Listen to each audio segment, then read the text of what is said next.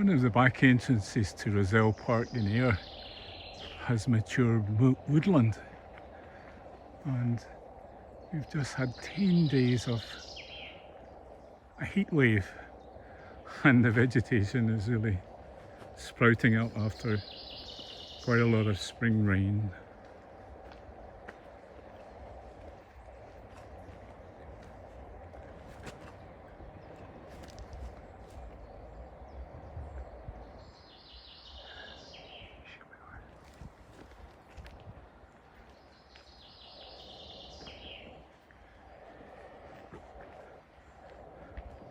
And this was part of an estate many years ago and was gifted to the people of Ayr. And the council does a fair job of keeping it tidy and clean and well maintained. You see there's a family out here just through the trees having a picnic.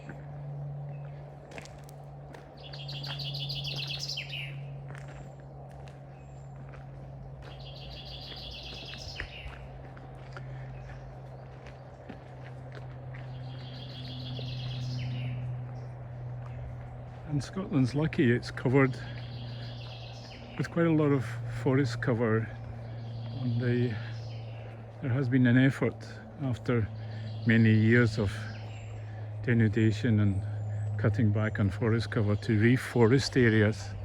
And so these parks with mature trees are also extremely helpful for new cuttings and for bringing kids just to appreciate the wonder of the forest. There's the Scots pine up here. Come closer. A small stand of Scots pine. And they're magnificent trees. And they take a long time to mature, in the sense that they can grow very tall and take over 100, 120, 140 years to reach magnificent maturity. Or maybe these ones are maybe 60 years or 70 years, I'm not sure.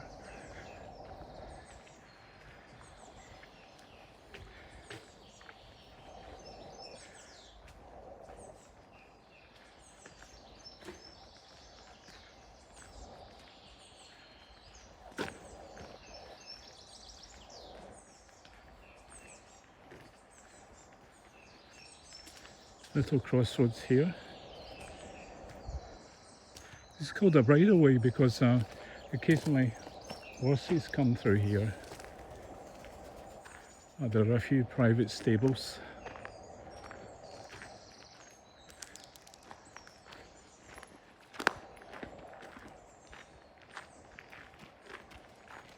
Hello.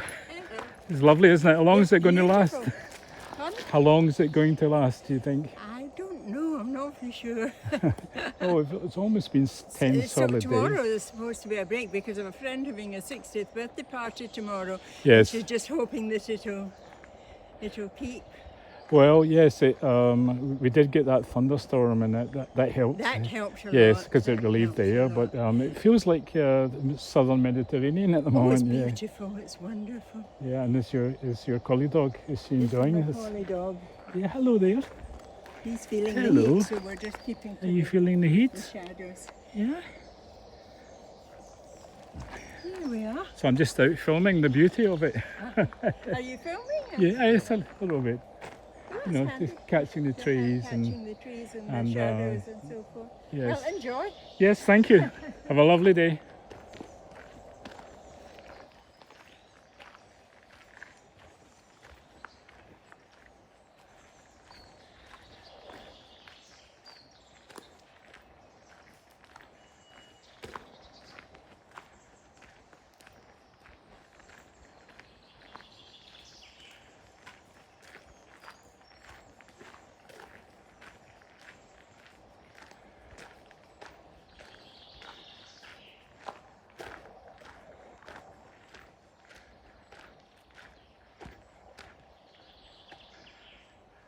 Sports ground up on the left.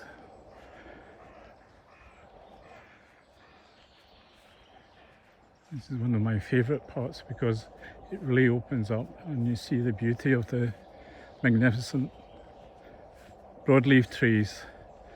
It reminds me of parts of the southeast of England where the climate's a little bit warmer in the summertime and the trees sometimes reach a greater spread and maturity than they do up in Scotland. But as I say, this park is really special with the mixed woodland here.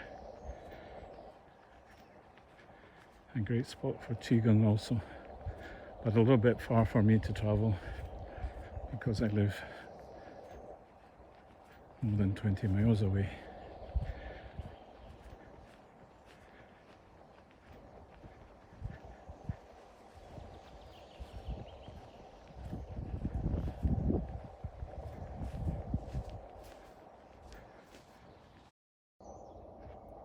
Here we are again back in the middle of the tree cover, and there's some interesting sculptures in the park. They're dotted around. They have various historical themes, and looking at this soldier gazing off into the distance. He's dressed in Scottish regimental style of the First World War, I think. You can see his kilt and his sporran. This looks like a Lee Enfield rifle here. His cartridge cases, his bonnet, which was a traditional wear for Scottish soldiers. At the back, I think here there's a water bottle.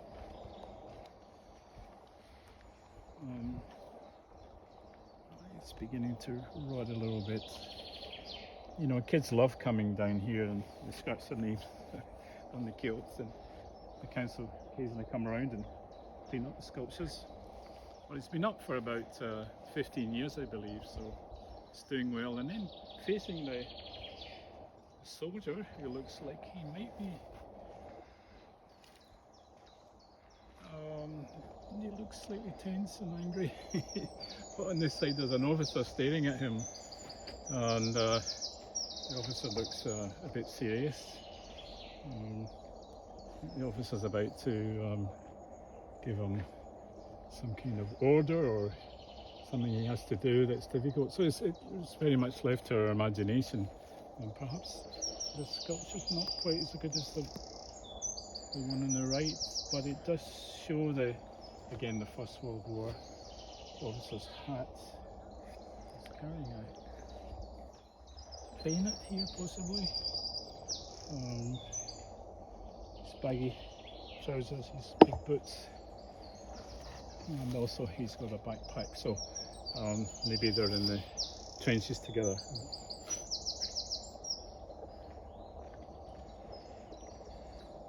And here we come to the thorny topic, which is also one of the purposes of this video. The argument is that we had to defend our country in the First World War. We had to oppose Austrian German expansionism, and we found ourselves in a difficult and long-lasting war that cost us very dearly and took away the best of our leadership. There is the argument that the First World War should never have started.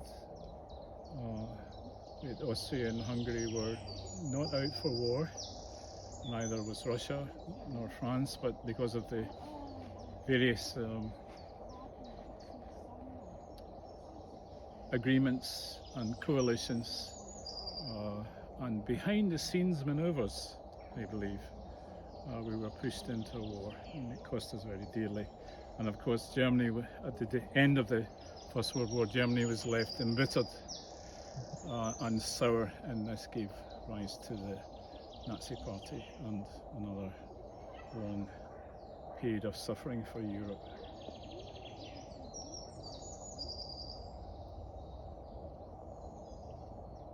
I could talk about Ukraine here, but I think I won't. I'll just leave it at that. And we'll go to the pond now and we'll look for the swans. Here we are in another part of the park just opposite the pond. And again, an interesting sculpture here made out of twigs and rushes. And youngsters will recognise him. It's Shrek with the strange ears. I believe a film was made about him, and for a while he was very popular. And of course, he's a creature of the imagination. Someone's come up with a very clever idea, and they created this creature, and they popularised it, and done very well out of it. And now, if I can come on to the work of Eleanor Danaan and Corey Goode, and this is the main part of this video. The problem is with all of that work is I'm really not sure where reality ends and imagination begins, because they're dealing with what they call to be off-world creatures, and creatures from other galaxies, other dimensions, other planetary systems. And so at times I've read their work and thought Eleanor Danaan's drawings are excellent, but most of this is her imagination. Or at times perhaps Corey Goode, although some of his works I think is correct, at times I've thought he's been using his imagination. And the boundary between imagination and reality, especially when artistic license is used, is very amorphous and vague. And so this is the difficulty we have with all their work. Let's go over and sit down, and I'll talk a little bit more.